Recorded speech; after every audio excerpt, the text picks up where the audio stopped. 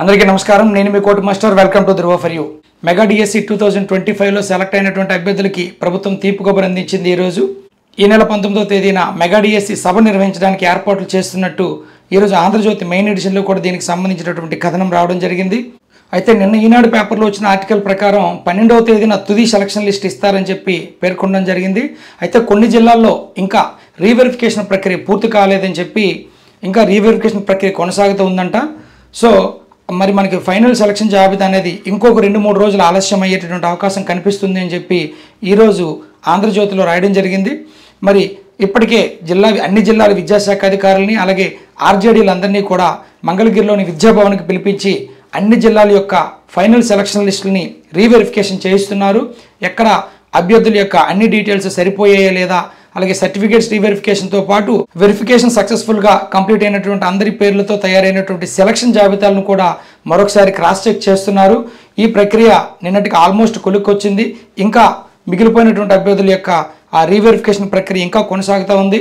ఈ రీవెరిఫికేషన్ ప్రక్రియ పూర్తయిన వెంటనే అంటే అది మరొక 2-3 రోజులు పట్టేటువంటి అవకాశం కనిపిస్తోంది. ఎందుకంటే రీవెరిఫికేషన్లో కొంతమంది అభ్యర్థులు అనర్హత సాధించినట్టు మనకి అనధికారికంగా అందినటువంటి సమాచారం. అంటే కొంతమంది తప్పుడు సర్టిఫికేట్లు సమర్పించడం కావచ్చు, సర్టిఫికేట్లో లోపాలు ఉండడం కావచ్చు, వివిధ కారణాలతో కొంతమంది అభ్యర్థులు రీవెరిఫికేషన్ కూడా ఫెయిల్ అవుతున్నట్టు వస్తున్నటువంటి సమాచారం. ఆ అభ్యర్థులందరికీ కూడా ఫోన్ ద్వారా సంబంధిత డిఏఓలు సమాచారాన్ని అందిస్తూ ఉన్నారు. దానికి సంబంధించినటువంటి సర్టిఫికేట్స్ని సబ్మిట్ చేయమని చెప్పి కూడా అడుగుతూ ఉన్నారు. సబ్మిట్ చేస్తే ఎవరికైతే రీవెరిఫికేషన్ కాల్ వచ్చిందో ఆయా అభ్యర్థులు రీవెరిఫికేషన్కి సంబంధించినటువంటి సర్టిఫికేట్ని ప్రాపర్గా మీరు సబ్మిట్ చేసినట్లయితే మీకు ఎటువంటి ఇబ్బంది ఉండదు. ఎవరైతే వాళ్ళు అడిగినటువంటి సర్టిఫికేట్లు సబ్మిట్ చేయడంలో ఫెయిల్ అవుతారో ఆయా అభ్యర్థులు అనర్హతకు గురయ్యేటటువంటి అవకాశం కూడా ఉంది. మరి అట్లా కొంతమంది అభ్యర్థులు, అతి తక్కువ మంది అభ్యర్థులే, వాళ్ళు ఎవరైనా అనర్హతకు గురైనట్లయితే వాళ్ళ స్థానంలో మళ్ళీ కొత్త అభ్యర్థులను తీసుకోవాలి. కాబట్టి దానికి సంబంధించి వాళ్ళకు కూడా కాల్ లెటర్స్ ఇచ్చి మళ్ళీ వాళ్ళ యొక్క వెరిఫికేషన్ పూర్తి చేసి తుది సెలక్షన్ జాబితాను తయారు చేయాల్సి ఉంది.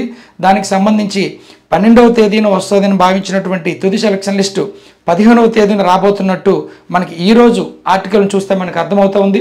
సో ఏది ఏమైనప్పటికీ 1-2 రోజులు ఆలస్యమైన ఎవరికి అన్యాయం జరగకుండా పరీక్ష రాసి క్వాలిఫై అయినటువంటి ప్రతి అభ్యర్థికి న్యాయం జరిగేలా తుది సెలక్షన్ జాబితా ఉండాలి. మరి దానికోసం 4-5 రోజులు ఆలస్యమైన ఇబ్బంది లేదు.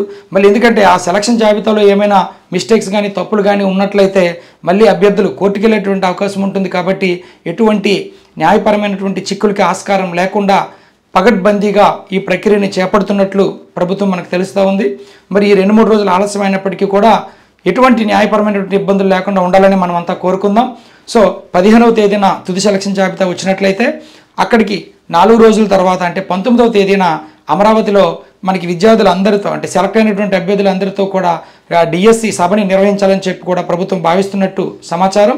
మరి ఈ నెల 18వ తేదీ నుంచి ఆంధ్రప్రదేశ్ అసెంబ్లీ సమావేశాలు కూడా ప్రారంభం కావస్తున్నాయి. మరి అదే రోజున ఏపీ క్యాబినెట్ సమావేశం కూడా ఉంది. మంత్రులు, ఎమ్మెల్యేలు అందరూ కూడా 18వ తేదీ నుండి అమరావతిలో అందుబాటులో ఉంటారు. సో ఆ అమరావతి అంటే మంగళగిరి సచివాలయానికి సమీపంలోనే ఈ సభను ఏర్పాటు చేస్తే బాగుంటుంది. ఆ సభకు అందరూ మంత్రులు, ఎమ్మెల్యేల సమక్షంలో అభ్యర్థులందరికీ కూడా ఈ నియామక పత్రాలు అందజేస్తే బాగుంటుంది అనేటటువంటిది ప్రభుత్వం యొక్క ఆలోచన. సో దానికి తగ్గట్టుగానే ఏర్పాట్లు చేస్తున్నట్టు సమాచారం. సెలెక్ట్ అయిన అభ్యర్థులందరికీ కూడా 19వ తేదీన మంగళగిరి సచివాలయ సమీపంలో ఏర్పాటు చేసే సమావేశానికి ఆహ్వానం కూడా అందుతుంది. దానిని బట్టి అభ్యర్థులందరూ కూడా అక్కడికి హాజరు కావాల్సి వస్తుంది. 2014 డిఎస్సిలో 2016 జూన్ 1వ తేదీన ఏ రకంగా అయితే గౌరవ ముఖ్యమంత్రి వర్యుల చేతుల మీదుగా సెలెక్ట్ అయినటువంటి అభ్యర్థులందరికీ కూడా నియామక పత్రాలు అందజేశారో ఈ సంవత్సరం కూడా అదేవిధంగా ఎమ్మెల్యేలు, మంత్రులు అందరి సమక్షంలో ఈ మెగా డిఎస్సి నియామక పత్రాలను అందజేయడానికి ప్రభుత్వం ప్రణాళిక సిద్ధం చేస్తున్నట్లు సమాచారం. ఈ అభ్యర్థులకు అపాయింట్మెంట్ లెటర్ ఇచ్చిన తర్వాత దసరా సెలవుల్లో ఈ ఎవరైతే సెలెక్ట్ అయినటువంటి అభ్యర్థులు ఉన్నారో వీళ్ళందరికీ కూడా ఒక 4-5 రోజుల శిక్షణ కార్యక్రమాన్ని కూడా ఏర్పాటు చేయడానికి ప్రభుత్వం ప్లాన్ చేస్తూ ఉంది. దసరా సెలవుల అనంతరం సెలెక్ట్ అయిన అభ్యర్థులందరూ కూడా నూతనంగా వారి యొక్క పాఠశాలలో జాయిన్ అవ్వాల్సి ఉంటుంది. దీనికి సంబంధించినటువంటి కౌన్సిలింగ్ కూడా దసరా సెలవుల్లోనే నిర్వహిస్తారని చెప్పి సమాచారం. మరి ప్రభుత్వం యొక్క అకాడమిక్ క్యాలెండర్ ప్రకారం మీరు చూసినట్లయితే ఈ నెల సెప్టెంబర్ నెల 24వ తేదీ నుంచి అక్టోబర్ 2వ తేదీ వరకు దసరా సెలవులను ప్రకటించడం జరిగింది. సో ఈ 24వ తేదీ తర్వాత ఒక 4-5 రోజులు కొత్త అభ్యర్థులకి ట్రైనింగ్ ఏర్పాటు చేస్తారు. ట్రైనింగ్ పూర్తయిన తర్వాత మీకు కౌన్సిలింగ్ కూడా ఈ సెలవుల్లోనే నిర్వహించడం జరుగుతుంది. అంటే కౌన్సిలింగ్ అంటే మీకు ప్లేసెస్ అలాట్మెంట్, స్కూల్ అలాట్మెంట్ అనేది. ఈ స్కూల్ అలాట్మెంట్ జరిగిన తర్వాత అక్టోబర్ 3వ తేదీన మనకి దసరా సెలవుల తర్వాత పాఠశాలలు పునఃప్రారంభం కాబోతూ ఉన్నాయి. ఆ 3వ తేదీ నుంచి సెలెక్ట్ అయినటువంటి అభ్యర్థులందరూ కూడా కొత్త పాఠశాలలకి హాజరు కావాల్సి వస్తుంది. ప్రస్తుతానికి అన్ని జిల్లాల డిఈఓలు ఆర్జేడీలను సంబంధిత మన విద్యాశాఖ కార్యాలయమైనటువంటి విద్యాభవన్కి పిలిపించి అక్కడ ఈ డిఈఓలు ఆర్జేడీల సమక్షంలో అన్ని జిల్లాల యొక్క తుది సెలక్షన్ జాబితాల వెరిఫికేషన్ ప్రక్రియ కూడా కొనసాగుతూ ఉంది. ఎక్కడైనా ల్యాబ్సెస్ ఉంటే వాటన్నిటిని కూడా కవర్ చేస్తూ ఎక్కడ ఏ అభ్యర్థికి అన్యాయం జరగకుండా ఫైనల్ సెలక్షన్ లిస్ట్ ఉండాలనేటటువంటి ఉద్దేశంలో పకడ్బందీగా చేస్తున్నట్టు సమాచారం. వన్స్ అక్కడ ఈ వెరిఫికేషన్ ప్రక్రియ మొత్తం పూర్తయిన తర్వాత ఈ తుది జాబితాలని జిల్లా డిఈఓ కార్యాలయాలకి పంపించి గౌరవ జిల్లా కలెక్టర్ గారు చైర్మన్గా డిస్ట్రిక్ట్ సెలక్షన్ కమిటీ ఏదైతే ఉందో ఆ కమిటీ సభ్యుల యొక్క సంతకాలన్నీ అంటే అప్రూవల్ అయిన తర్వాత ఆ ఫైనల్ సెలక్షన్ జాబితాలని ఈ నెల 15వ తేదీన రిలీజ్ చేయడానికి ప్రభుత్వం సిద్ధమవుతూ ఉంది. మరి ఆ సెలక్షన్ జాబితా వచ్చిన తర్వాత అభ్యర్థులందరికీ కూడా ఈ మెగా డిఎస్సి సభకి ఆహ్వానం అందుతుంది. దాని ప్రాప్తికి మనం అంతా కూడా 19వ తేదీన విజయవాడ వెళ్లాల్సి ఉంటుంది. మరి ప్రభుత్వం తొలి సంతకం చేసి జారీ చేసినటువంటి డిఎస్సి కాబట్టి అత్యంత ప్రతిష్టాత్మకంగా ఈ కార్యక్రమాన్ని నిర్వహించాలని చెప్పి ప్రభుత్వం భావిస్తున్నట్టు సమాచారం. ఇక చూసినట్లయితే రీవెరిఫికేషన్ ప్రక్రియ కూడా కొన్ని జిల్లాలలో ఇంకా కొనసాగుతూ ఉంది. రీవెరిఫికేషన్లో కొంతమంది అభ్యర్థుల యొక్క సర్టిఫికేట్లలో ఏవైనా లోటుపాట్లు లోపాలు ఉంటే అభ్యర్థికి కాల్స్ ఇంకా వస్తూ ఉన్నాయి. దానికి సంబంధించి ధృవపత్రాలని మళ్ళీ పంపించమని చెప్పి కూడా అధికారులు అడుగుతూ ఉన్నారు. దానికి సంబంధించిన ధృవపత్రాలు మళ్ళీ మనం సమర్పించాల్సి ఉంటుంది. అయితే ముఖ్యంగా ఈ ఈడబ్ల్యూఎస్ రిజర్వేషన్ క్లెయిమ్ చేసే విషయంలో మహిళలు కొంతమంది మ్యారేజ్ అయినప్పటికీ కూడా హస్బెండ్ పేరు మీద ఈడబ్ల్యూఎస్ సర్టిఫికేట్ ప్రొడ్యూస్ చేయకుండా తండ్రి పేరు మీద ఈడబ్ల్యూఎస్ సర్టిఫికేట్ని ప్రొడ్యూస్ చేసి ఉన్నారు.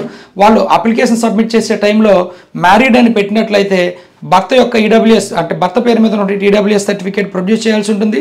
ఈ అంశానికి సంబంధించి ఎక్కువ మందికి రీవెరిఫికేషన్ కాల్స్ వస్తున్నట్టు మనకు అందినటువంటి సమాచారం. ఏదేమైనప్పటికీ మీకు కనుక రీవెరిఫికేషన్ కాల్ వచ్చినట్లయితే ఆ కాల్ని అటెంప్ట్ చేయండి. వాళ్ళు అడిగేటటువంటి ప్రతి ప్రశ్నకి క్షుణ్ణంగా సమాధానం చెప్పండి. వాళ్ళు అడిగినటువంటి సర్టిఫికేట్ని సాఫ్ట్ కాపీ అడిగితే వాట్సాప్ ద్వారా పంపించండి, లేదా డిఈఓ కార్యాలయానికి హార్డ్ కాపీ అందించండి. అంటే వాళ్ళు అడిగినటువంటి సర్టిఫికేట్స్ని మళ్ళీ తీసుకువెళ్ళి డిఈఓ కార్యాలయానికి సబ్మిట్ చేయండి. మీకు ఇంకా ఏమైనా సందేహాలు ఉంటే మీరు అప్లై చేసుకున్నటువంటి ఆ సంబంధిత డిఈఓ కార్యాలయానికి హాజరయ్యి మీ యొక్క డౌట్స్ని పూర్తిగా నివృత్తి చేసుకోండి. ఎందుకంటే తుది సెలక్షన్ జాబితా రాకముందే మనకి ఏమైనా డౌట్స్ ఉంటే, మనకి ఏమైనా వెరిఫికేషన్ కాల్ వచ్చి మనకి ఏమైనా డౌట్స్ ఉన్నట్లయితే సంబంధిత డిఈఓ కార్యాలయాన్ని సంప్రదించి మీకు ఉన్నటువంటి డౌట్స్ అన్నిటిని కూడా నివృత్తి చేసుకోండి. అయితే ఇప్పటికే రీవెరిఫికేషన్ కాల్స్ రానటువంటి అభ్యర్థులు నిశ్చింతగా ఉండొచ్చు.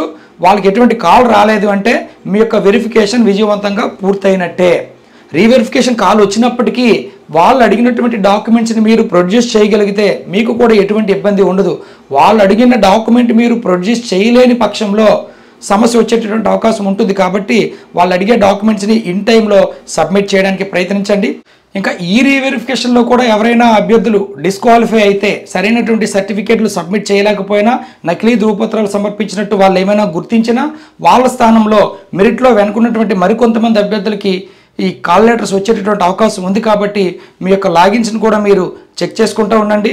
తుది సెలక్షన్ జాబితా వచ్చేంత వరకు కూడా మీ అభ్యర్థులంతా కూడా అలర్ట్గా ఉండాలి. సో మొత్తం మీద 19వ తేదీన మహాసభకు హాజరవబోతున్నటువంటి సెలెక్ట్ అయినటువంటి అభ్యర్థులందరికీ మరొకసారి నా యొక్క హృదయపూర్వక శుభాకాంక్షలు. అలాగే మన ఛానల్ ఇంకా ఎవరైనా సబ్స్క్రైబ్ చేసుకునే వాళ్ళు ఉంటే సబ్స్క్రైబ్ చేసుకోండి. చాలామంది మన వీడియోని వాచ్ చేస్తున్నారు కానీ సబ్స్క్రైబ్ చేసుకోవటం లేదు. మీరు కనుక సబ్స్క్రైబ్ చేసుకున్నట్టంటే మనం వీడియో అప్లోడ్ చేసిన వెంటనే మీకు అలర్ట్ కూడా వస్తుంది. మీకు ఈ వీడియో కనుక నచ్చినట్లయితే లైక్ చేయండి, అలాగే మీ ఫ్రెండ్స్తో షేర్ చేయండి. సబ్స్క్రైబ్ చేసుకోవడం మాత్రం మర్చిపోవద్దు. మరిన్ని అప్డేట్స్తో మీ ముందుకు రావడం జరుగుతుంది. Keep watching for more updates. Thank you so much.